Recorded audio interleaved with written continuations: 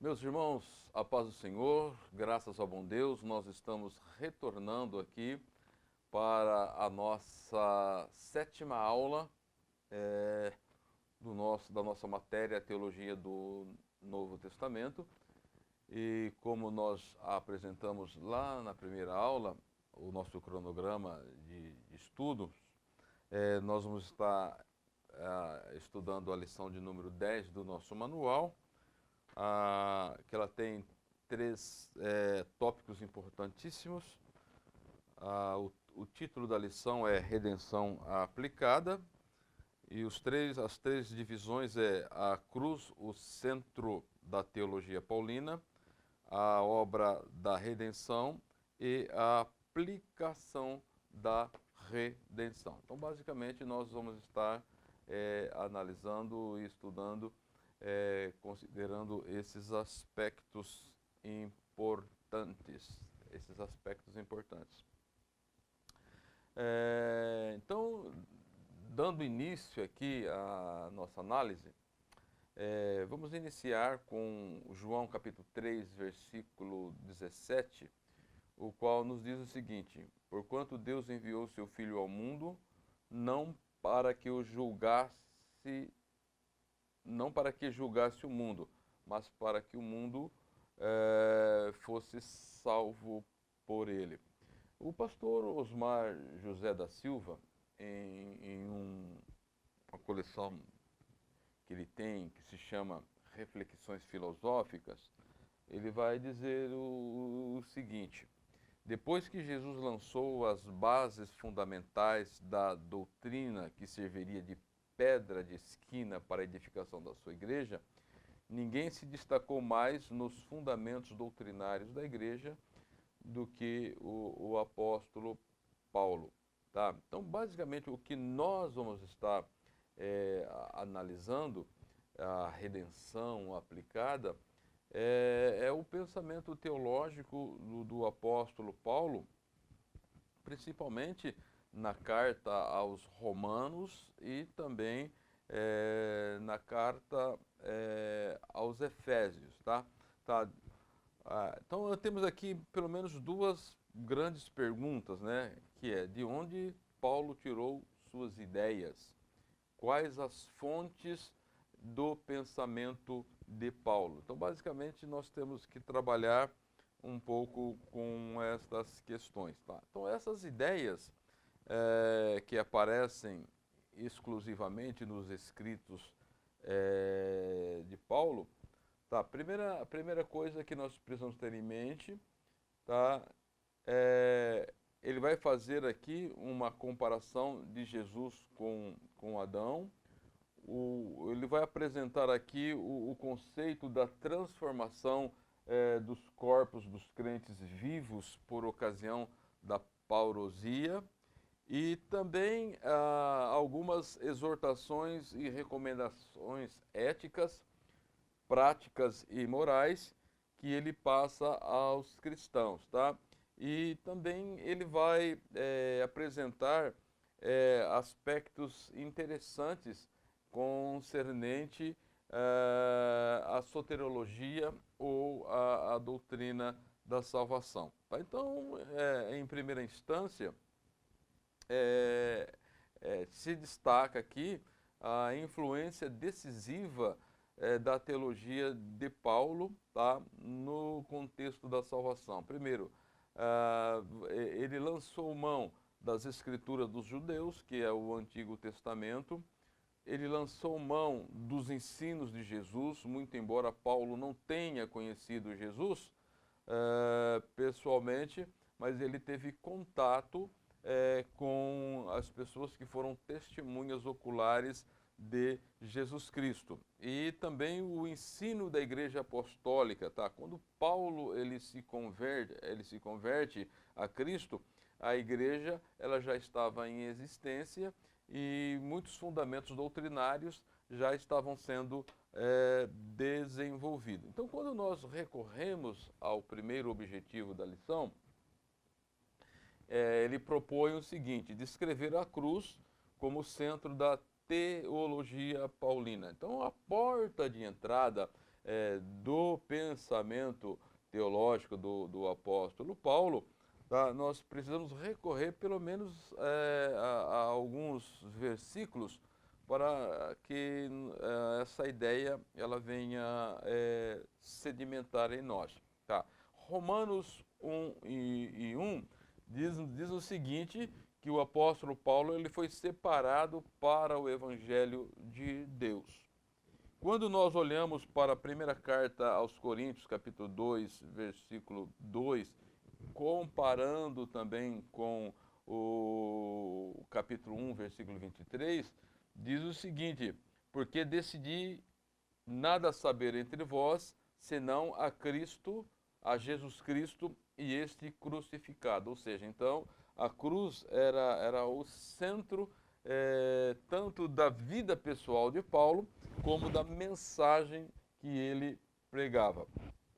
Lá em Romanos, lá em 2 Timóteo, capítulo 2, versículo 8, diz assim: Jesus Cristo ressuscitado dentre os mortos, descendente de Davi, segundo o meu evangelho. Tá? Então, o fato que nós temos aqui é que a cruz, ela não foi uma improvisação de Deus, ou uma ação de última hora, mas ela já estava prevista e predita em muitos apontamentos no Antigo Testamento. Tá? Então, quando nós pegamos algumas referências, como Gênesis 3:15, Gênesis 22, versículo 8, Salmo 16, versículo 10, Salmo 69, versículos 1, 2, 20 e 21, e comparando ainda com o Salmo 2 e na sua totalidade, o Salmo 22, o Salmo 31, nós vamos perceber que a cruz ela está implícita nesses pensamentos. E ainda nós temos passagens do Novo Testamento que circunstanciam a cruz e que citam o Antigo Testamento. Por exemplo, quando nós pegamos Mateus capítulo 27, versículos 35 e 46, isto está bem destacado, bem como também Marcos capítulo 15, versículo 34, Lucas 23, 46 e João 19 e 28. Peguei aqui referências nos evangelhos para que essas ideias elas sejam bem aclaradas. Tá? Então, existem alguns temas na pregação do apóstolo Paulo que nós não encontramos fontes sendo citadas, tá? Sendo citadas, tá? Então, a originalidade deve ser creditada à contribuição pessoal de Paulo sob a orientação do Espírito de Deus, tá? Nós vamos encontrar, por exemplo, lá em Efésios capítulo 3 e versículo 4, que Paulo ele traz para si que ele recebeu revelações do mistério de Deus. Temos também ainda, neste mesmo raciocínio, o testemunho do apóstolo Pedro, lá em 2 Pedro, capítulo 3, versículos 14 a 16, aonde ele vai dizer que o apóstolo Paulo recebeu revelações da parte de Deus. Então, uma das coisas, quando nós nos debruçamos sobre a teologia do apóstolo Paulo, vamos ver que há uma coerência nas escrituras fundamentais no seu pensamento com aquilo que está explícito tanto no Antigo Testamento e como nos evangelhos, tá? Então, há um grande estímulo nas cartas do apóstolo Paulo, que foi exatamente as necessidades das igrejas que ele fundou e outras que ele não fundou, mas que ele orientou, que ele interagiu através das cartas, tá? que ele tinha aqui uma estrutura fundamental. Então, Cristo é o centro do seu pensamento, tá? Então, ele trabalha tanto com a encarnação de Cristo, com a crucificação, a ressurreição, a ascensão de Cristo e a sua volta, o seu retorno, tá? Então, ele vai colocar então Cristo como o centro desse pensamento ou da doutrinação que ele apresenta. Então, quando nós recorremos tomamos, por exemplo,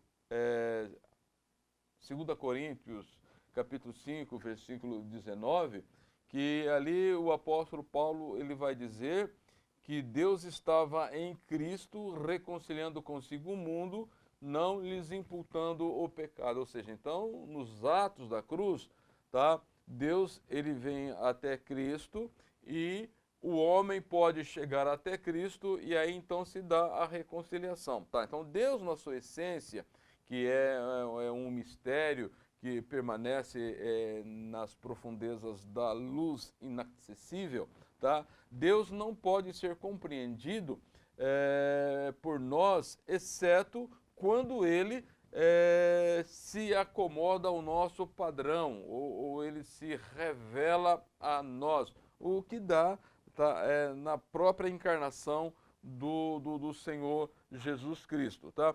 E o ser humano, ele é um ser teológico, tá? Quando nós analisamos na criação do homem, temos lá aquela questão da imago Dei simples, tá? Ou a imagem de Deus, tá? Que Deus ele compartilha na criação. Então, naturalmente, tá? O ser humano ele foi formado da composição material e da parte imaterial. E a parte material ela é recorrente do sopro de Deus, tá? E o espírito, o pneuma, tá? E o homem foi feito alma vivente. Daí depois o homem ele cai, tá? E aí em Cristo tem a possibilidade da imago Dei renovada, ou seja, é o aspecto espiritual do homem regenerado em Cristo Jesus. Esta é a ideia que nós temos, tá? Então a cruz, nós vamos ter aqui, que é o único caminho, o único meio, tá? Pelo qual o homem ele pode ter a salvação. Então você tem o Evangelho, Cristo, a única maneira, o único meio de salvação. Esta ideia nós vamos ter ela bem realçada em um dos pronunciamentos do apóstolo Pedro, em Atos 10, capítulo 4, versículos 10 e 12, aonde ele diz o seguinte: seja conhecido de vós todos e de todo o povo de Israel, em quem o nome de Jesus, o Nazareno, aquele a quem vós crucificaste, a quem Deus ressuscitou dos mortos, em nome desse é que são diante de vós. O versículo 11 diz assim: ele, Cristo, é a pedra que foi rejeitada por vós, os edificadores, a qual foi posta por cabeça de esquina. Versículo 12: em nenhum outro há salvação, porque também debaixo do céu não há outro nome, não debaixo do céu nenhum outro nome há dado entre os homens, pelo qual devamos ser salvos. Tá? Então, quando você pega esta referência de Atos e com 1 João 5,12, nós temos a seguinte expressão: quem tem o Filho tem a vida, quem não tem o Filho não tem a vida. Tá? Então, em Cristo, Deus estava reconciliando a humanidade, o homem com ele. Então, a origem da teologia da cruz, tá no objetivo 2, nós precisamos pensar da seguinte forma: e identificar a origem e a autoridade da teologia paulina da cruz. Ou seja, então nós vamos ter que pensar da seguinte maneira, que não há conflitos quanto à teologia de Paulo, como também a teologia de Pedro e dos demais apóstolos, como João, tá? Mas nós vamos perceber que lá em Gálatas, capítulo 9, capítulo 1 e versículo 14, Paulo ele escreve o seguinte, ele diz o seguinte, 1 e 14, e na minha nação excedi ao judaísmo, há muitos da minha idade, sendo extremamente zeloso das tradições de meus pais. Tá? Então, quando nós pegamos esta ideia aqui, vocês vão perceber que o Evangelho, dentro do pensamento de Paulo, ele tem algumas características. Em primeiro, a quem também recebi segundo as Escrituras. Ele vai dizer isso lá em 1 Coríntios 15 e 3. E aí um outro ponto aqui que ele vai discorrer, nós temos lá em Gálatas, capítulo 1, versículos 11 e 12, aonde ele diz, o evangelho que por mim foi anunciado não é segundo os homens, porque não recebi e nem aprendi de homem algum, mas pela revelação de Cristo Jesus. Então vocês vão perceber aqui que ele tinha a fonte, que era as Escrituras, e também tem aqui a revelação dada por Jesus Cristo. Quando você chega nesse ponto aqui, nós não podemos esquecer da presença e do ministério do Espírito Santo, como nós estudamos na aula anterior, tá? Então, a teologia da cruz, ou a ideia que o apóstolo Paulo ele coloca aqui, é a expiação, tá? É a expiação. Então, quando ele fala aqui de autoridade da cruz, tá? Ele está dizendo aquilo que Cristo ele realizou na cruz e no qual nós somos beneficiários. Então, Paulo, quando nós pegamos Paulo e o seu ministério, o caráter pessoal de Paulo, vai dizer o seguinte, que o valor do seu caráter pessoal, no contexto da revelação e a experiência, não são fontes de infalíveis verdade, tá? Paulo, ele é o canal da revelação, sendo necessário a fonte informativa fidedigna para a averiguação da revelação. Em segundo lugar, a autoridade das Escrituras. A fonte para Paulo era as Escrituras. Cristo morreu por nossos pecados segundo as Escrituras. Então, a autoridade aqui, a revelação pessoal do Cristo ressurreto é de acordo com as Escrituras. Ou seja, nada pode estar fora desse contexto ou desta visão das Escrituras sagradas, tá? Então nós precisamos ter bem sedimentado este pensamento. Uma outra questão que nós precisamos ter em mente aqui são os oponentes que estavam de acordo com a mensagem da cruz, tá? Então a ideia é que Cristo morreu pelos nossos pecados ou pelos pecados da humanidade, isto é fato, tá? Mas havia uma discordância dentro de alguns aspectos doutrinários quanto à extensão da morte de Cristo para a salvação. Os judaizantes, que era um grupo de pessoas religiosas dentro do próprio cristianismo, tá? Eles queriam colocar aqui, além dos benefícios da morte de Cristo, tinham que somar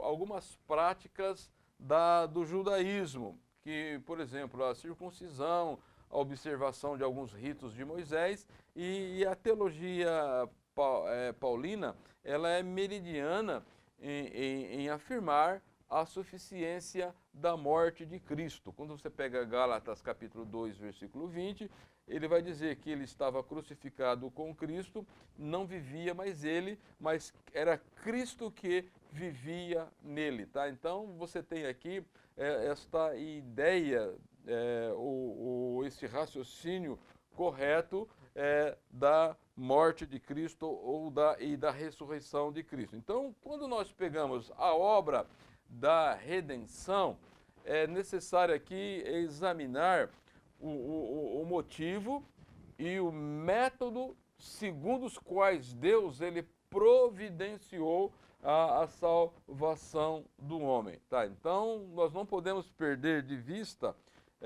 a declaração do apóstolo Paulo que Cristo morreu por nossos pecados segundo as Escrituras. Tá? Então, a obra da redenção, ela tinha uma motivação e, consequentemente, uma metodologia estabelecida por Deus. Então, tinha qual o motivo da redenção, tá? E qual foi o método que Deus ele se valeu para que a mesma pudesse ser concretizada. Tá? Então, quando você pega o objetivo 4 da lição, você vai perceber que a motivação divina estava fundamentada no próprio amor de Deus e na graça de Deus. Tá? Então você vai ver aqui a necessidade humana da expiação em virtude dos seus pecados. Tá? A humanidade tinha necessidade de ser redimida. A expiação, nesse caso, é a única saída para a humanidade. Entretanto, isto não resolvia o problema diante de Deus e da sua justiça. Então é aí que entra o Deus Redentor. Paulo ele demonstrou a perfeita harmonia do caráter de Deus no uso dos seus atributos. Não há conflito nenhum nos atributos de Deus, como justiça, retidão, santidade, amor, graça e misericórdia. Não tem conflito. Tá? Quando nós pegamos Romanos capítulo 11, versículo 22, aonde Paulo ele faz um contrabalanço entre o juízo e a justiça de Deus, tá? Dizendo que não há conflito. Diz assim o versículo 22, considera, pois, a bondade e a severidade de Deus. Para os que caíram, severidade, mas para contigo, benignidade de Deus, se permaneceres na sua benignidade, de outra maneira também serás cortado. Tá? Então, o pecado, dentro da visão de Deus, é sempre pecado. Tá? Então, Deus ele vai estabelecer um meio, tá? Baseado aí no seu amor essencial, tá? Nos seus atributos. Tá? Então, Deus ele vai estabelecer, quando diz lá em Tessalonicenses capítulo 2 e 1, que é segundo o seu próprio propósito, tá? Segundo o seu próprio propósito, tá? Então, você tem os motivos pelos quais Deus, então, ele se manifesta ao homem. Então, o amor de Deus pela humanidade perdida redunda em graça redentora.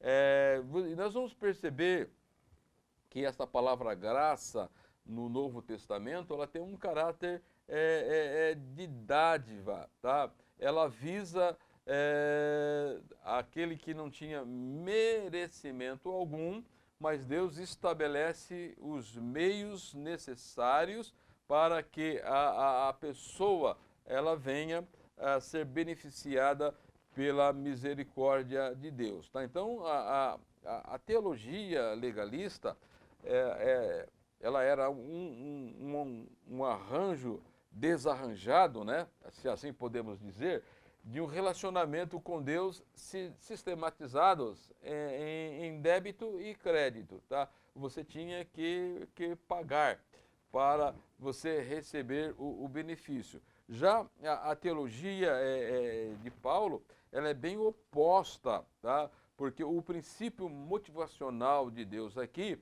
quando você pega 2 Coríntios capítulo 8, versículo 9, porque já sabeis a graça de nosso Senhor Jesus Cristo, que sendo rico, por amor de vós, se fez pobre, para que pela sua pobreza nós pudéssemos ser enriquecidos, tá? Então você tem a ideia da encarnação, e que é nesta semelhança de Cristo com o pecador, é que ele pode tomar os nossos pecados e expiá-los na cruz do Calvário, e razão pela qual nós então alcançamos a salvação. Então, quando você pega aqui o método da morte de Cristo, tá?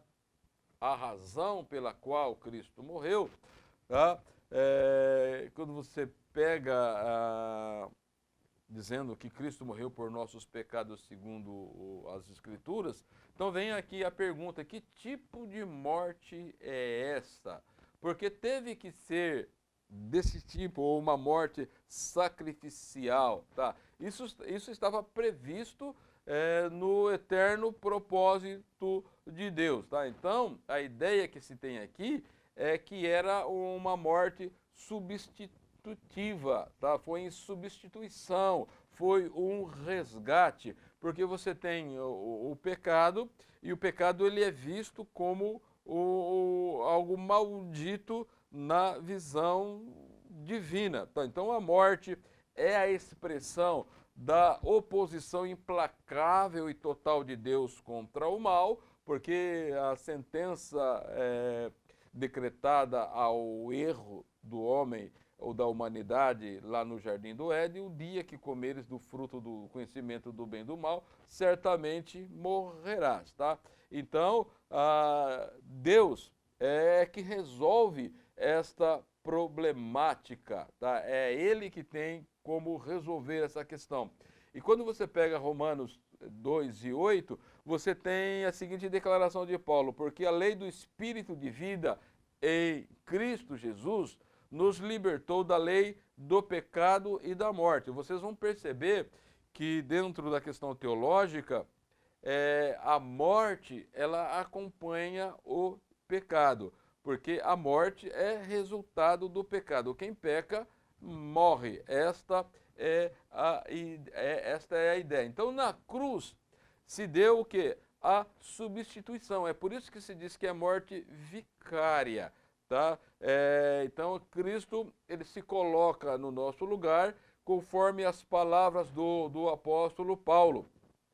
Lá em Romanos capítulo 5 e versículo 8, ele diz assim, que Cristo morreu por nós, tá? Morreu por nós, ou morreu por nossos pecados, segundo a 1 Coríntios 15 e 3, e tal morte foi segundo as Escrituras, ou segundo a metodologia que Deus estabeleceu. Então, quem está sobre o domínio da lei do pecado e da morte, está sobre a maldição divina, tá? Então, quando Cristo nos resgata da lei do pecado e da morte, consequentemente, ele nos resgata, ele nos tira debaixo da maldição. Então, uma situação ativa em que toda a humanidade está submetida, quando nós pegamos Romanos capítulo 15, capítulo 5 e versículo 12, vai dizer o seguinte, pelo que,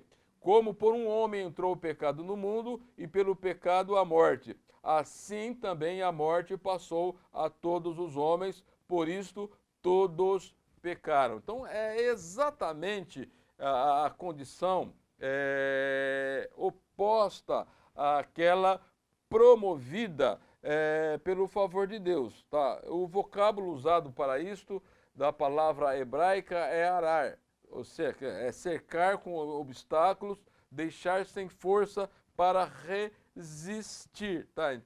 Então esta é a ideia. Então, referindo-se ao estado de maldição ou de castigo, em cumprimento a João 3:36, diz assim: aquele que tem o Filho tem a vida, mas aquele que não crê no Filho não verá a vida, porque a ira de Deus permanece sobre ele. Então, ou seja, então a pessoa que não é alcançada pelo Evangelho, ela está cercada pelo pecado. Ela tem o pecado como grande obstáculo e ela não tem força de sair dessa situação. É a razão pela qual dependemos exclusivamente da graça de Deus para a salvação. Tá? Então, a morte de Jesus foi um sacrifício. Tá? Então, quando você relaciona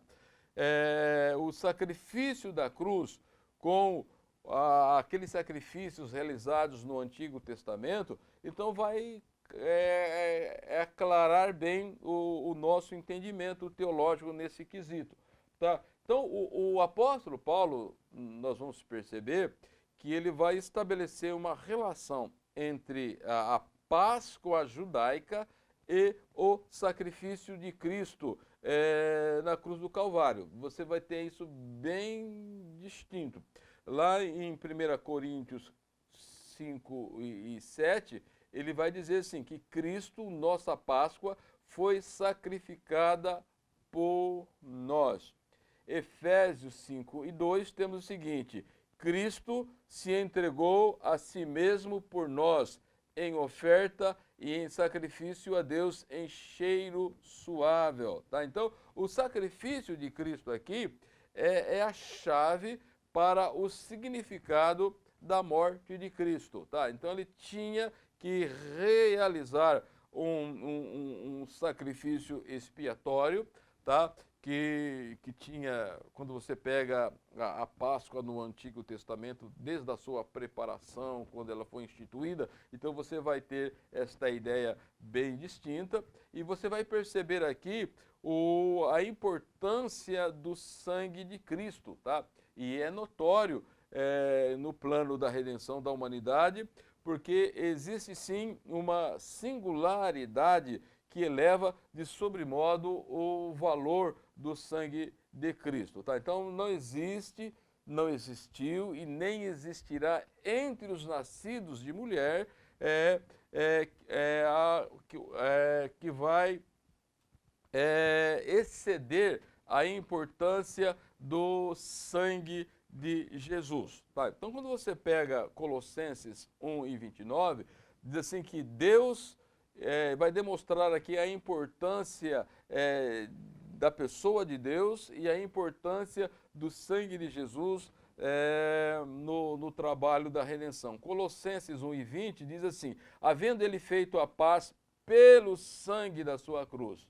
Tá? Quando você pega então Colossenses 1:20 e relaciona com Isaías capítulo 53 e versículos 10, então você vai ter esta ideia, dizendo assim: todavia o Senhor, Deus, agradou o moê-lo, fazendo-o enfermar, quando a sua alma se puser por expiação do pecado, verá a sua posteridade, prolongará os seus dias e o bom prazer do Senhor prosperará na sua mão. Tá? Então, quando você pega que Deus precisou fazer isto, precisou entregar Cristo, e por outro lado, Cristo de maneira voluntária também ele se entrega. Então, o sangue da cruz, ele foi a expressão de todas as afeições e virtudes de Cristo, da sua santidade, da sua beleza moral, enfim, toda a excelência do seu profundo e eterno amor.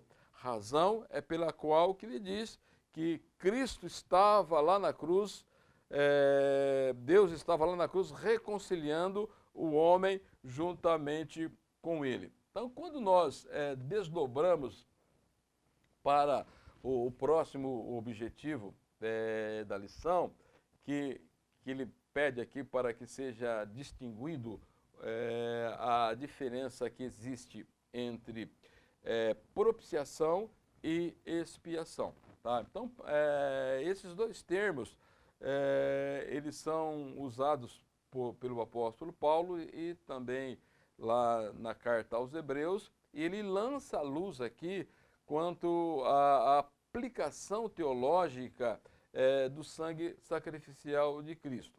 Tá? Romanos 3, 24 diz o seguinte, 24 e 25, capítulo 3 de Romanos 24 e 25. Sendo justificados gratuitamente pela sua graça, pela redenção que há em Cristo Jesus. Versículo 25, o qual Deus propôs para propiciação pela fé no seu sangue, para demonstração da sua justiça, pela remissão dos pecados dantes cometidos sobre a paciência de Deus. Tá? Então, propiciação é remoção da ira mediante oferta de uma dádiva. Então, os aspectos da teologia da propiciação, nós vamos ter aqui o seguinte raciocínio. As consequências do pecado, tá, em Deus provoca ira, no homem provoca morte. Tá? Então, quando o homem pecou, isto provocou a ira de Deus, e a ira de Deus desencadeou na maldição, e o pecado gera a morte. O sacrifício da propiciação, tá, em Deus remove a ira. Tá? Então, se o pecado em Deus ele provoca a ira, a propiciação ela provoca a remoção da ira. Se o pecado no homem provoca a morte, a propiciação em Cristo Jesus provoca o cancelamento da morte. É nesse sentido, então, que Cristo, que Deus, ele pode declarar o homem justo. Então, quando você pega propiciação e expiação, então nós vamos aqui cunhar o significado. Então, propiciação é a morte de Jesus Cristo na perspectiva de Deus. Tá? Então, quando Cristo ele está propiciando os pecados, ele está se dirigindo a Deus com o intuito de satisfazer a ira de Deus, tá? E desviar esta ira sobre o homem pecador. A expiação, ela é a morte de Cristo na perspectiva humana, ou seja, é dirigida ao homem, removendo a culpa. Ou seja, então quando Cristo, lá na cruz do Calvário, ele tomou sobre si os nossos pecados, ele se dirige a Deus em propiciação, tá? Para que seja aí aplacada a ira de Deus e esta ira seja removida, e ele se dirige ao homem que é pecador, que está debaixo da sentença da morte, e esta morte, então, ela é cancelada porque ele remove esta culpa, porque ele sofre em nosso lugar. Então, esta é a diferença que existe entre propiciação e expiação. E dependendo do texto que você estiver lendo, você tem que, de acordo, às vezes os tradutores, em vez de colocar naquele local a propiciação, ele colocou expiação. Então você tem que ler bem o texto, porque essas duas palavras estão muito juntas, né? Porque quando Cristo ele morre na cruz do Calvário, ele tanto promove a propiciação como a expiação. A propiciação ele está voltando para Deus, e na expiação ele está voltando para o homem. Tá? Então, você tem aí a ideia da morte, foi uma morte substitutiva. Tá? Então, nós temos que explicar aqui a ideia dessa substituição, que é o objetivo 8 da lição que ele propõe, esta análise. Que embora a palavra substituição ela não apareça de maneira objetiva, mas o pensamento teológico ele é implícito. Tá? Por exemplo, quando você pega 2 Coríntios, capítulo 5, versículo 21, a ideia da substituição ela está bem implícita aqui. Diz assim, e explícita também. Diz assim, aquele que não conheceu o pecado fez pecado por nós. Então você tem aqui a ideia da expiação para que nele fôssemos feitos justiça de Deus. É a ideia da propiciação. Tá? Nesse versículo você tem tanto Cristo no Calvário, e aqui ele projeta o ato para Deus, propiciação, e também para nós, expiação. Tá? Então, quando você pega aqui que ele fez pecado por nós, tá? Então, Cristo é a nossa Páscoa, ele é o Cordeiro Pascal, tá? Que entregou a si mesmo em oferta, em sacrifício a Deus, como diz lá em Efésios capítulo 5 e versículo 2. E Romanos 8:3 nós temos esta ideia. Portanto, o que era impossível à lei, visto que estava enferma pela carne, enviando o seu filho em semelhança de carne de pecado, em semelhança de carne de pecado, pelo pecado condenou o pecado na carne, tá? Então, Cristo não era pecador, tá? A impecabilidade é uma das doutrinas que nós temos com respeito ao Cristo humano, tá? A Jesus encarnado, tá? Então você vai perceber que a morte de Cristo é pela nossa redenção, tá? Então o preço da libertação ele precisa ser bem destacado aqui, tá? Então quando você pega Timóteo, 1 Timóteo 2:6, diz assim: o qual se deu a si mesmo em preço de redenção por todos, para servir de testemunho a seu tempo. Então, quando você pega 1 Timóteo 2:6 e vem comparar com Efésios 1:7 e Colossenses 1:4, nós vamos ter o seguinte raciocínio. Lá em 1 Timóteo 2:6, diz assim, em preço de redenção por todos. Em preço de redenção por todos. Em Efésios 1:7, você vai encontrar a expressão no versículo, redenção pelo seu sangue, a remissão das ofensas. Então, o sangue tem a ver com a redenção e com a remissão das ofensas. E esta mesma ideia, ela está lá em Colossenses 1:14, em quem temos a redenção pelo seu sangue, a saber, a remissão dos pecados, tá? A remissão dos pecados, tá? Então, você tem aqui preço de redenção. O sangue é o preço da redenção. Ele fez o nosso parente, assumindo a natureza humana, a nossa semelhança, porque você tem que convir que o nascimento, que a concepção de Cristo não foi como a concepção de um ser humano normal, tá? Foi por obra do Espírito Santo, tá? Então, a partir deste, é por isso que é o nascimento virginal. Então, a partir do momento que ele foi concebido, tá? Então ele teve um desenvolvimento natural como qualquer outro ser humano. Então é por isso que ele é a semelhança do ser humano, porque ele já existia, Cristo já existia, tá? Quando na aula passada nós estudamos, nós verificamos bem isto, tá? Então ele se faz carne, tá? Ele não nasce, ele não tem um nascimento como ser humano, ele não passou a existir, tá? Assim como ser humano, como eu nasci em 57, tá? Não, mas o Cristo já existia, o Messias já existia, tá? Ele toma a forma humana, tá? Nós precisamos entender isso, então ele é o nosso parente próximo, tá? Disposto a dar a sua vida para nos redimir dos pecados, tá? E sendo divino, ele pôde pagar o preço na cruz do Calvário. Então, quando nós vamos aplicar a redenção, você vai lá para os objetivos 9 e 10, tá?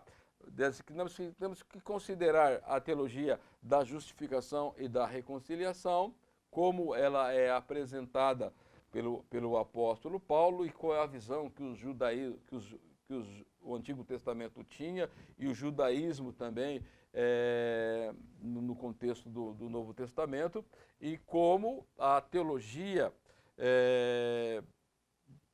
cristã ela cunhou dentro do que Cristo apresentou, que nós temos no Antigo Testamento. Tá? Então, a justificação, quando você estuda a teologia da justificação, você tem que partir do seguinte princípio: é a proclamação da absolvição do pecador diante do tribunal divino. Tá? Ele é declarado justo. Tá? O réu é culpado, não tem como provar a sua inocência. Tá? Então, em termos forenses, aqui a culpa da humanidade é além de qualquer dúvida, não resta dúvida. Então, a proclamação é de acordo com o princípio da justiça de Deus. Ou seja, como é que a justiça de Deus ela foi satisfeita dentro desse quesito, tá?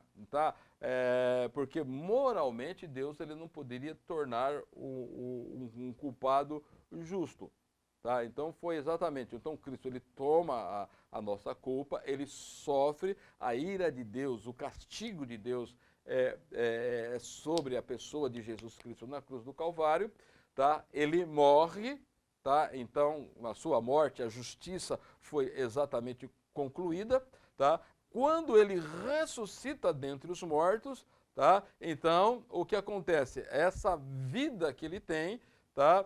Ele apresenta o seu sangue, dizendo que ele cumpriu pela humanidade, e agora aquele que crê nele, em Cristo Jesus, tá? Na justiça, tá? Que Cristo realizou na cruz do Calvário, então, Deus declara esta pessoa justa. Então, a justificação, tá? Moralmente, Deus é justo e reto e tem como justificar o pecador. Então, quando aceitamos a justiça do Senhor Jesus no lugar do pecador, como eu disse. Então, quando você pega dentro dessa questão da justiça, Deus, ele é o juiz, Deus é um Deus de justiça e Deus é um Deus de retidão. Tá? Então, quando nós vamos verificar e analisar aqui esses aspectos da justiça,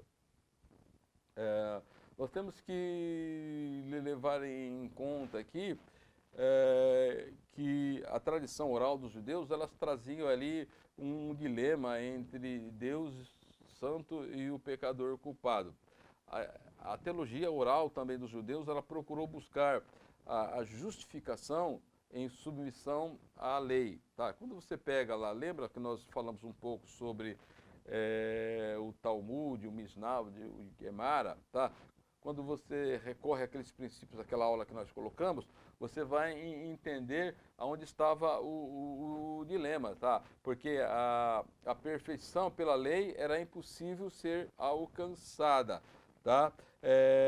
E diante da perfeição da lei, era uma religião de obras, de tarefa, e consequentemente a pessoa ela não tinha como se justificar diante de Deus. Razão pela qual, dentro do contexto do culto judaico, anualmente tinha lá o sacrifício pelo pecado, a Páscoa, você tinha esta ideia. Tá? Então a justificação ela é pela fé. Tá? Então quando você pega toda a economia de Deus, quando o evangelho é pregado e a pessoa ela aceita Jesus como seu Senhor e Salvador, significa o quê? Que Deus então, por Cristo, ele acredita, tá, a sua justiça no pecador, tá, manifestando a sua graça pela redenção que há em Cristo Jesus. E em Romanos 3:25 diz assim: o qual Deus propôs pela propiciação, pela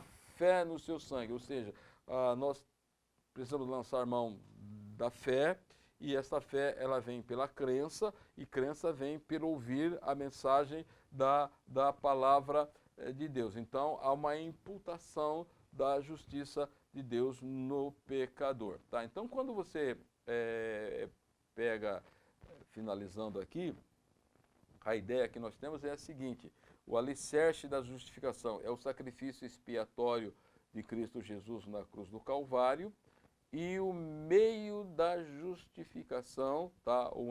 A instrumentalização que nós temos aqui é a fé. Tá? Então, quando você pega 1 Coríntios 5:21, tá?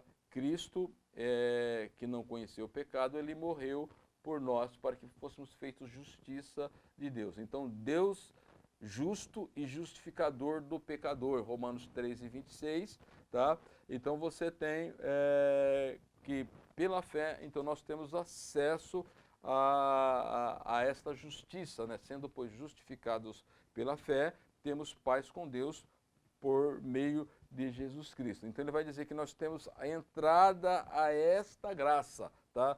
Por meio do nosso Senhor e Salvador Jesus Cristo, tá? Então isso vai desdobrar no que se chama o quê? De reconciliação, tá? A reconciliação é um modelo de Deus que permite a pessoa ter uma nova modalidade de vida. Tá? Quando nós estávamos na condição passada, a nossa vida ela era modulada pela condição caída do primeiro Adão. Tá?